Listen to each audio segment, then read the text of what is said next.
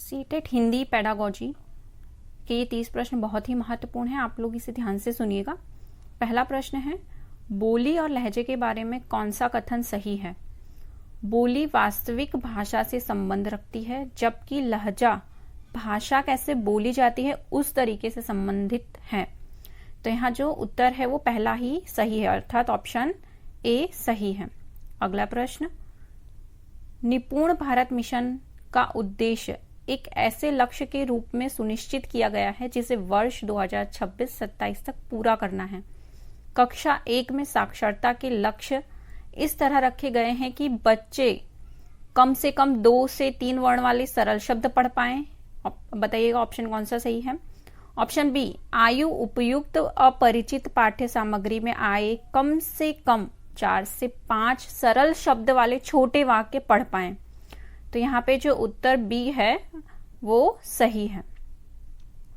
अगला प्रश्न, कक्षा 3 की अध्यापिका को अपने विद्यार्थियों के श्रवण कौशल का आकलन करना है, उसे इसके लिए किस गतिविधि का संचालन करना चाहिए? गतिविधि अर्थात जो एक्टिविटी होती है उसे। पढ़ी गई सामग्री से शब्दों का अर्थ बताने के लिए कहना, या फिर सुनी गई कहानी पर चित्र बनाने के लिए कहना, विद्यार्थियों को 4-5 वाक्यों में स्वयं का परिचय देने के लिए कहना, या फिर दिखाए गए चित्र का 3 वाक्यों में वर्णन करने के लिए कहना। तो कक्षा 3 के लिए क्या होगा यहाँ पे? सुनाई गई कहानी पर चित्र बनाने के लिए कहना, अर्थात ऑप्शन बी यहाँ पे सही होगा। अगला प्रश्न, एक बालिका अपनी पसंद की कहानी की पुस्तक पढ़ रही है, इस प्रकार के पठन को क्या कहेंगे? बारीकी से पठन, गहन पठन, या फिर सरसरी तौर पर पठन, या फिर विस्तृत पठन। तो एक बालिका अपनी पसंद की कहानी की पुस्तक पढ़ रही है तो इसे क्या कहेंगे? विस्तृत पठन, अर्थात तो यहाँ पे ऑप्शन डी सही है। अगला प्रश्न, कक्षा 4 की अध्यापिका प्रक्रिया आधारित लेखन उपागम का प्रयोग कर रही है। लेखन पूर्व गतिविधि के दौरान वह किस युक्ति का अनुसरण कर सकती है? मानस मंथन, समीक्षा करना, संपादन या पुनरावृत्ति। तो यहाँ पे जो सही उत्तर आएगा वो क्या आएगा? मानस मंथन। यहाँ पे ऑप्शन ए सही है। अगला प्रश्न, कक्षा 3 की अध्यापिका अपने विद्यार्थियों के साथ पठन बोध पर कार्य कर रही है, वह किस युक्ति का अनुसरण कर सकती है? पाठ में पढ़े गए कठिन शब्दों का श्रुतलेख करवाना, पढ़ी गई पाठ्य सामग्री पर आधारित प्रश्न पूछना।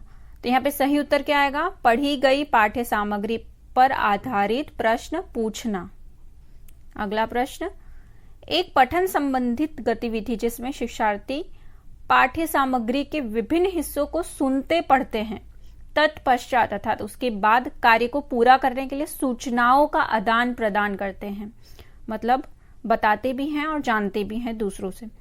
यह क्या कहलाएगी? प्रवाह के साथ पाठ्य सामग्री, प्रवाह के साथ श्रुतलेख, मुक अभिनय, या फिर जिज्ञासा श्रुतलेख। सही उत्तर क्या होगा इसमें? जिज्ञासा श्रुतलेख, ऑप्शन डी यहाँ सही होगा। अगला प्रश्न, भारत सरकार द्वारा शुरू किए गए कार्यक्रम निपुण भारत मिशन का मुख्य केंद्र भाषा में बुनियादी कौशलों को मजबूत करना है, इसका पूरा नाम यहाँ पे क्या होगा? Option A, B, C, D में से सही उत्तर बताइए आप लोग। यहाँ पे ऑप्शन बी जो है वो सही होगा, national initiative for proficiency in reading with understanding and numeracy. ठीक है, तो यहाँ पे ऑप्शन जो बी है वो सही है।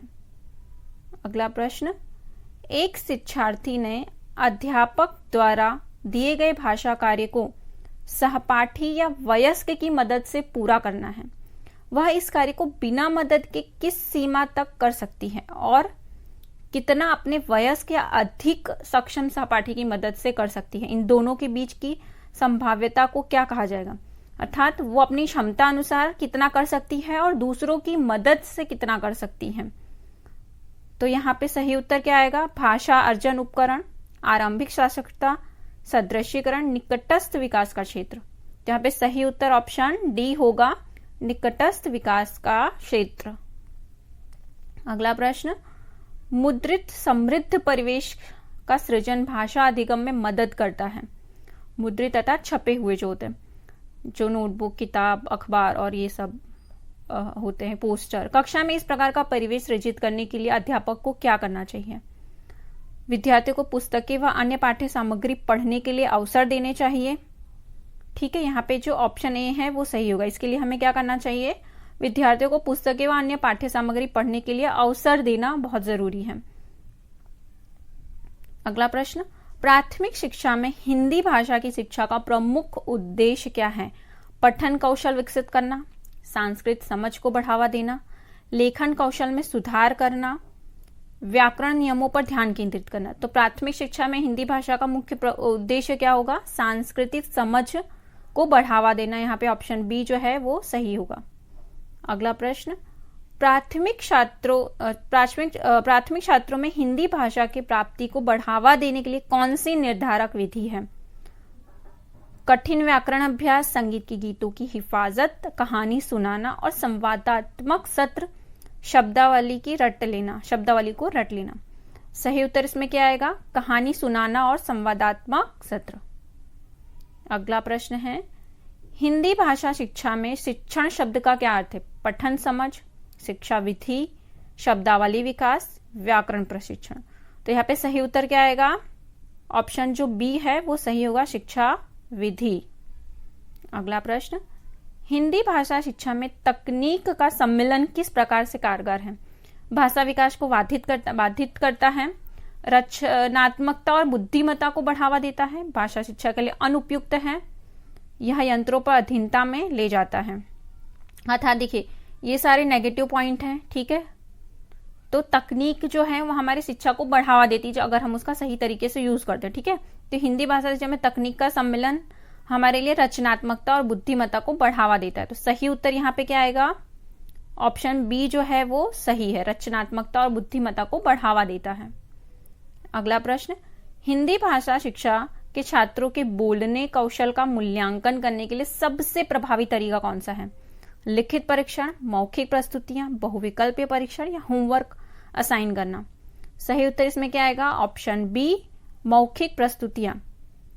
ठीक है, अगला प्रश्न, शिक्षक कैसे हिंदी भाषा पाठों को विभिन्न छात्रों के लिए समृद्ध कर सकता है?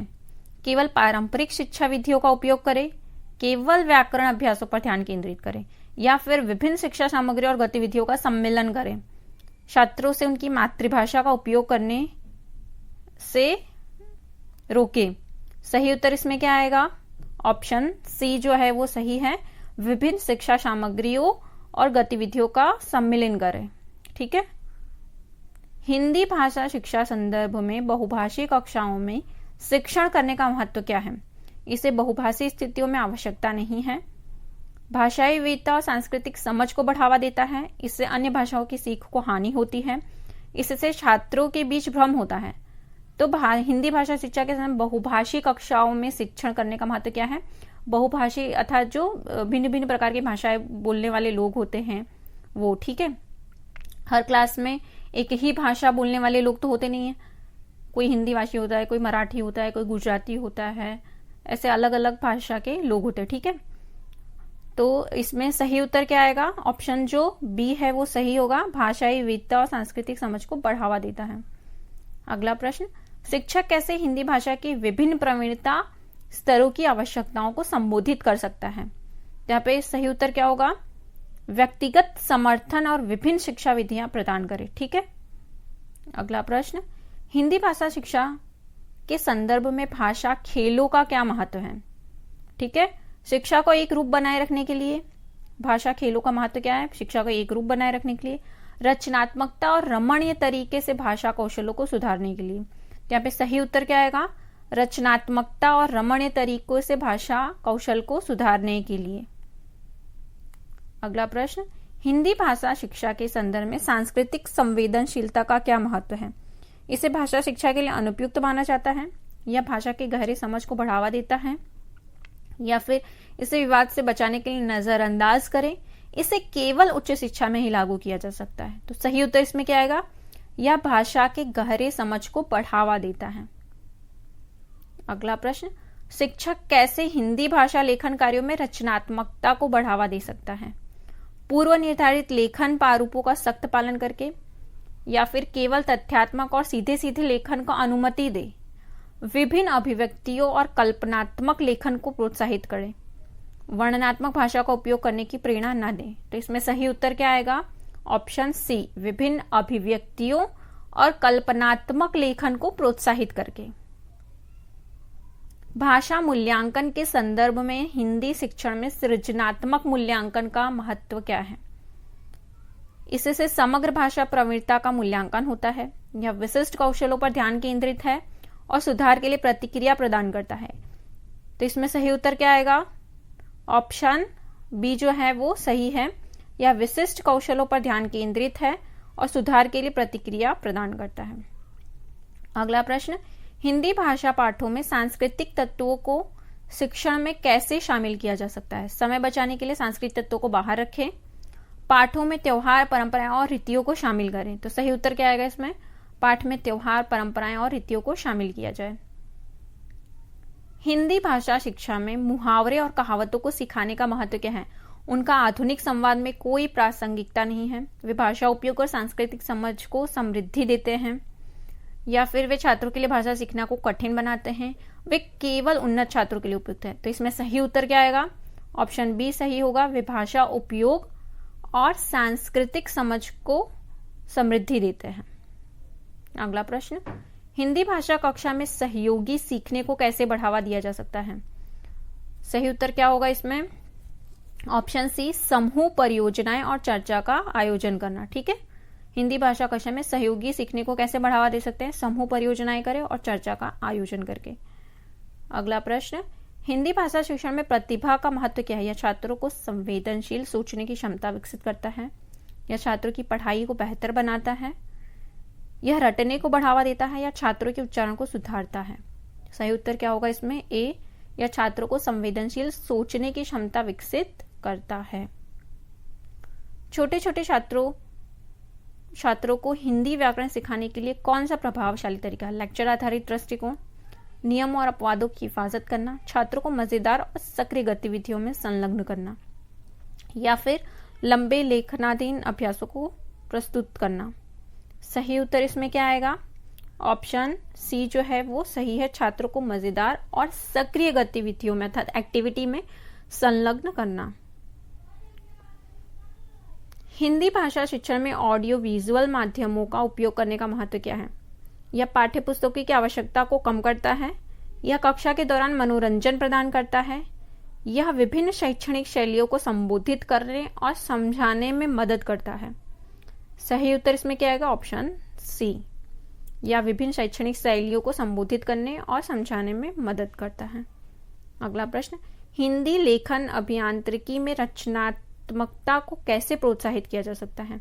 व्याकरण और वाक्य रचना के नियमों को सख्ती से पालन करके, लेखन अभ्यासों के लिए विषय की सीमा लगाकर, छात्रों को खुद अपने विषय का चयन करने और अपने विचारों को स्वतंत्र रूप से प्रकट करने देने। यहाँ पे ऑप्शन सी जो है वो सही होगा, छात्रों को खुद अपने विषय का चयन करने देना चाहिए, अपने विचारों को स्वतंत्र रूप से वे प्रकट कर सके। अंतिम प्रश्न, दूसरी भाषा के रूप में हिंदी शिक्षण के लिए कौन सा दृष्टिकोण अधिक प्रभावशाली है? अनुवाद आधारित दृष्टिकोण, पूर्ण अवसरवादिता आधारित दृष्टिकोण, व्याकरण अनुवाद दृष्टिकोण, रटने वाला दृष्टिकोण। सही उत्तर इसमें आएगा पूर्ण अवसरवादिता आधारित दृष्टिकोण। ये 30 प्रश्न आज कंप्लीट हुए हैं। अगर वीडियो आप लोगों को अच्छी लगी है तो वीडियो को लाइक, शेयर और सब्सक्राइब कर लीजिए। वीडियो देखने के लिए धन्यवाद।